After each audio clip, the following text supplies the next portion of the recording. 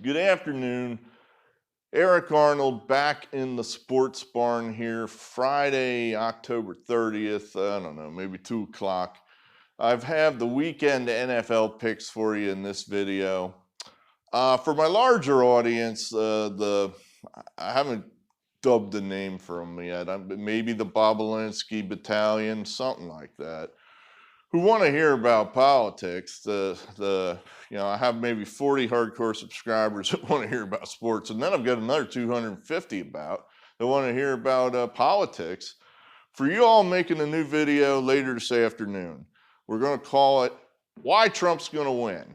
I was going to entitle it "Why I'm Voting for Trump and Why Trump's Going to Win," but that's kind of long, and nobody gives a shit why I'm voting for Trump anyway. So we'll just call it "Why Trump's Going to Win." And that's what you want to hear anyway, right? You don't want to hear why Trump's going to lose, but I don't want to hear about that. Hey, I just picked 3 straight losers last night. 3 straight losers. Do you really trust what I'm telling you about whether Trump's going to win or not? Hey, buyer beware. How much is this? Oh, it's free. Well, you get what you pay for. So, hey, so that's what we're going to do for the politics side of it. This video is going to be about sports. I apologize to my sports subscribers. Last video was kind of grouchy. This election season's starting to wear on me. But this morning I felt better, and I don't know why, because, we had a horrible night last night, sports-wise. And I don't know, I felt better. It occurred to me, I think, that this election cycle is almost over. It's almost over. I mean, frankly, most of you have already voted. I don't vote till election day. That's just, I'm a traditionalist. The first Tuesday in November, unless it's on the 1st of November, then it's the second Tuesday, I think. Well, at any rate, that's when I vote. So, but most of you have already voted. Frankly, this election is basically over. I mean, enough people have voted. The percentages really aren't going to change a whole lot. All that's left now is to count up the votes. And I'm happy. The whole thing is just wearing me down. So I want a result. I want my result. I want to win, damn it. But, at the end of the day, it'll just be over. So that's what we have for you. Like I said, politics people. Later this afternoon, we'll have another video for you. I guess let's get this one done so I can get it on the internet and then do that one. So Sunday, we have the Patriots and the Bills, and I just can't get off of Bill Belichick. I mean, I just cannot believe that this guy, and yes, I know we've got a giant sunspot over here on this side of the board, which I'm trying to blot it out here so you can see. Yes, I know. I've had a number of helpful criticisms in the past few days after 10,000 people come stampeding through the barn, some of which gave me some suggestions. I know our lighting sucks. We've got lamp here, lamp there. There's no electricity here in the barn. I'll give you a little clue on that. So we do the best we can. But we like the Patriots. We don't like the Patriots. I mean, I hate the Patriots, but I just cannot believe that this team of excellence, this 20-year team of excellence, is going out like this. It's like, this is how you're going out? It was all Brady? Belichick? It was all Brady? Oh, man. I mean, this is the guy that'll do anything to win, Bill Belichick. I cannot imagine that he does not have something in store for the Bills on Sunday. I mean, we're at desperation level. He's 2-4. This game is it for him. He loses this game, he's probably out of the playoffs. So, my God, he's got to have a big effort Sunday. So I'm going with him. I just cannot believe this is the end for the great Bill Belichick.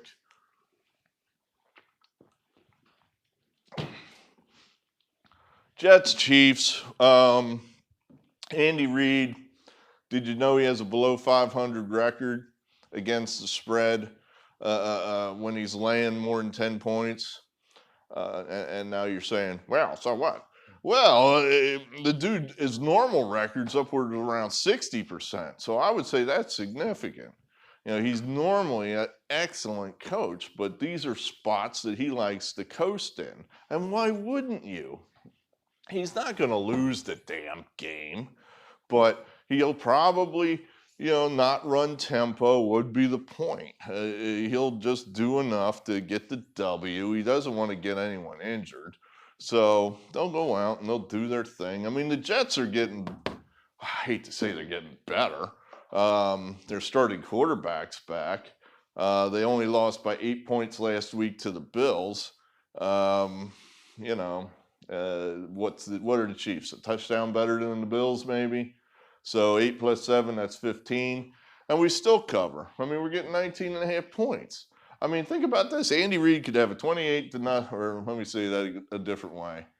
He could have a 24-0 lead, and the Bills, or I should say Jets, could punch one in the last minute of the game to make it 24-7, and we cover. So we'll go ahead and take the Jets for 2 stars. Now we're down to the Dolphins and the Rams. The Rams, that's a good team. That's a real good team. But we like the Dolphins. I think that's an undervalued team. I really do. They had an easy win last week, or 2 weeks ago. They're coming off the bye. They were playing really well, then they had the bye. And then in the bye, they're getting off their quarterback. They're switching quarterbacks, which I'm not crazy about as far as backing the Dolphins. Ryan Fitzpatrick, he was playing really well, and the team was playing really well. And I do feel sad. I don't like the canned cliche things that you get from athletes, celebrities, whatnot. I like it when they just tell you how they feel. And Fitzpatrick told you how he felt. He's like, I am heartbroken. I thought this was my team. We were playing well. I thought this was my team, and now I'm benched. I feel sorry for the guy a little bit because he's 37-year-old backup, and this is probably his last chance at anything before he, gravitates into the announcer's booth. But he's a backup. He's never been that great. He's having a little stretch of success now. But they drafted this guy Tua from Alabama. Everyone knew he was going to take over the team. And so I don't think there's a rift in the locker room at Miami. They know Tua's the future. I don't know how good Tua is. He better be better than Fitzpatrick or he's a bust. Because, as I said, Fitzpatrick is a career journeyman backup. So let's just say he's going to play as well as Fitzpatrick did. I'm getting 3.5.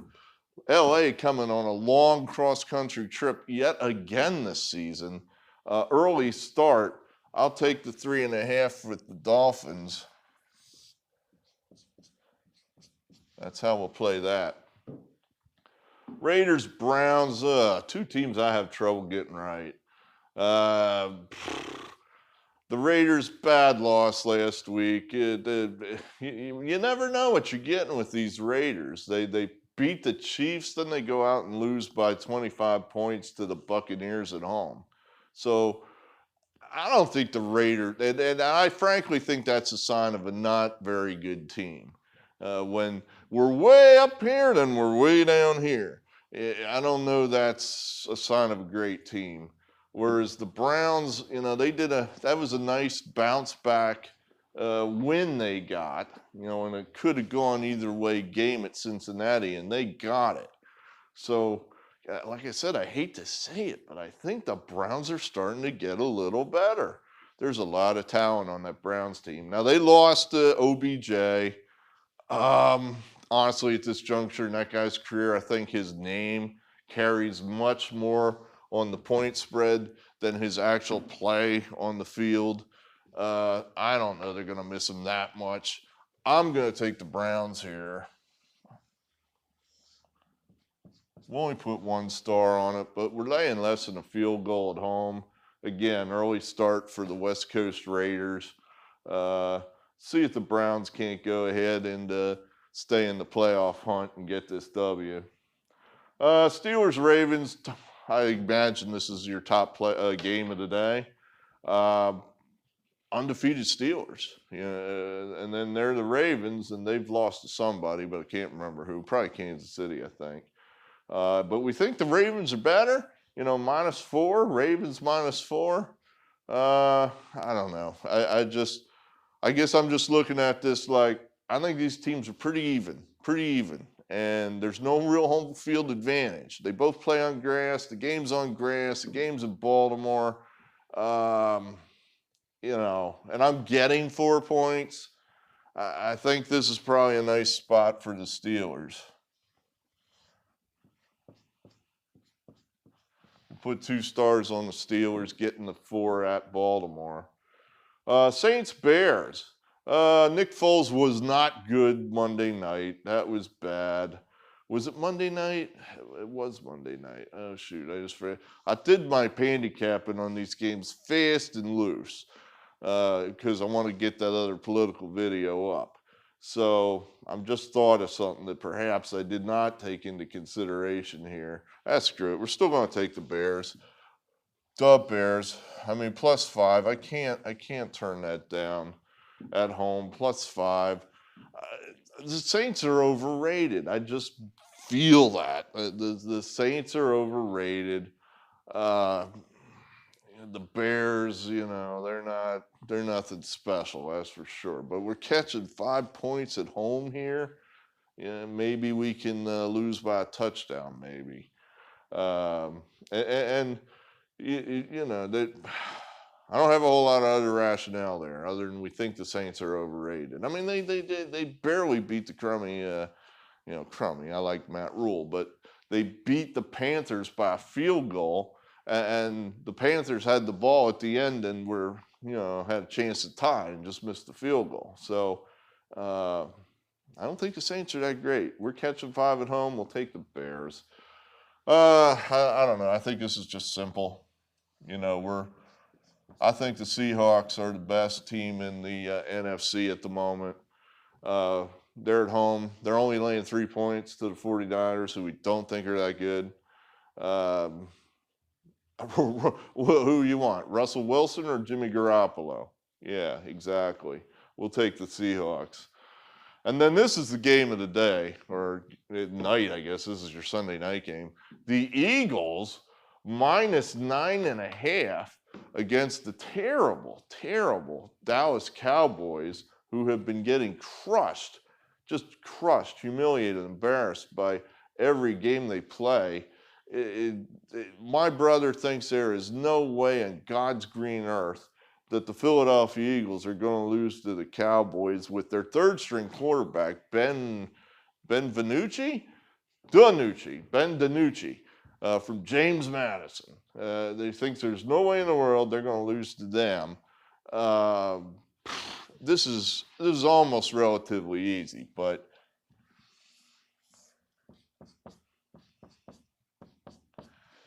the Dallas Cowboys are your top play. You're getting 9.5. What have the Eagles done this year exactly to justify laying 9.5 to anybody? They've won 2 games. One of them was by 5 points. The other was by 1 point. I know the Cowboys have been bad, but man, this is when you want a bad team. You don't want bad teams that are just losing. You want bad teams that have been embarrassed, that have been humiliated. And they've been dragged this week because of their failure to back up or stick up for poor old Andy Dalton, who got his head taken off by that cheap hit by the Washington football team. And nobody came to Andy Dalton's rescue. Now, they all know they look like bitches. They know this in that Dallas locker room. Hey, we look like bitches. We really should have stuck up for poor old Andy. It wasn't his fault he got his head taken off. It's not like they dislike Andy. It's just that's what losing teams do. They just kind of mope through the game sometimes, and that's what they were doing. And it didn't fire him up when Andy got his head taken off, but when they got dragged in the media, I'm betting a lot that it has fired these guys up, and you're going to see an A effort out of the Dallas Cowboys Sunday night. 9.5. Oh yeah. Oh yeah. Dallas, Ben DiNucci, whatever. He'll be okay. He'll be okay. He'll hold them in it. Dallas is going to cover that 9.5. I hope they lose. I hate the Cowboys, and I like the Eagles, of course. So I'm rooting for maybe Eagles 27, Dallas 20. I figured that'd be about right. That's it. That's all we got for you. Stay tuned, Bobaloost. I don't know if that feels right. Bobolinsky Battalion. It's a lot of syllables. I don't know. I may try to come up with something simpler. Anyway, stay tuned, political crew. We're going to have a video for you shortly. Let's get some winners. I mean, last night sucked. That absolutely sucked, and I'm annoyed. I'm a little annoyed. I'd like to get some W's on the board here. I think that's another reason I'm feeling a little better, is just that once this election season's over, and I do not think it's going to be a contested election. I don't think Trump is just going to squeak over the line, and then we're going to have 20 days of riots, which will probably force me out here in the barn every other night, bitching about riots or something like that. I don't think it's going to happen. I think it's almost over, and I think it's going to be over. Either we're going to be right or we're going to be wrong. Either Biden's going to win or Trump's going to win. And it's not going to land in the middle like the media is telling you it's going to. I don't think it is. So, all right. Good gambling, good football. Let's have some good handicapping for once. From me to you, let's have a good weekend.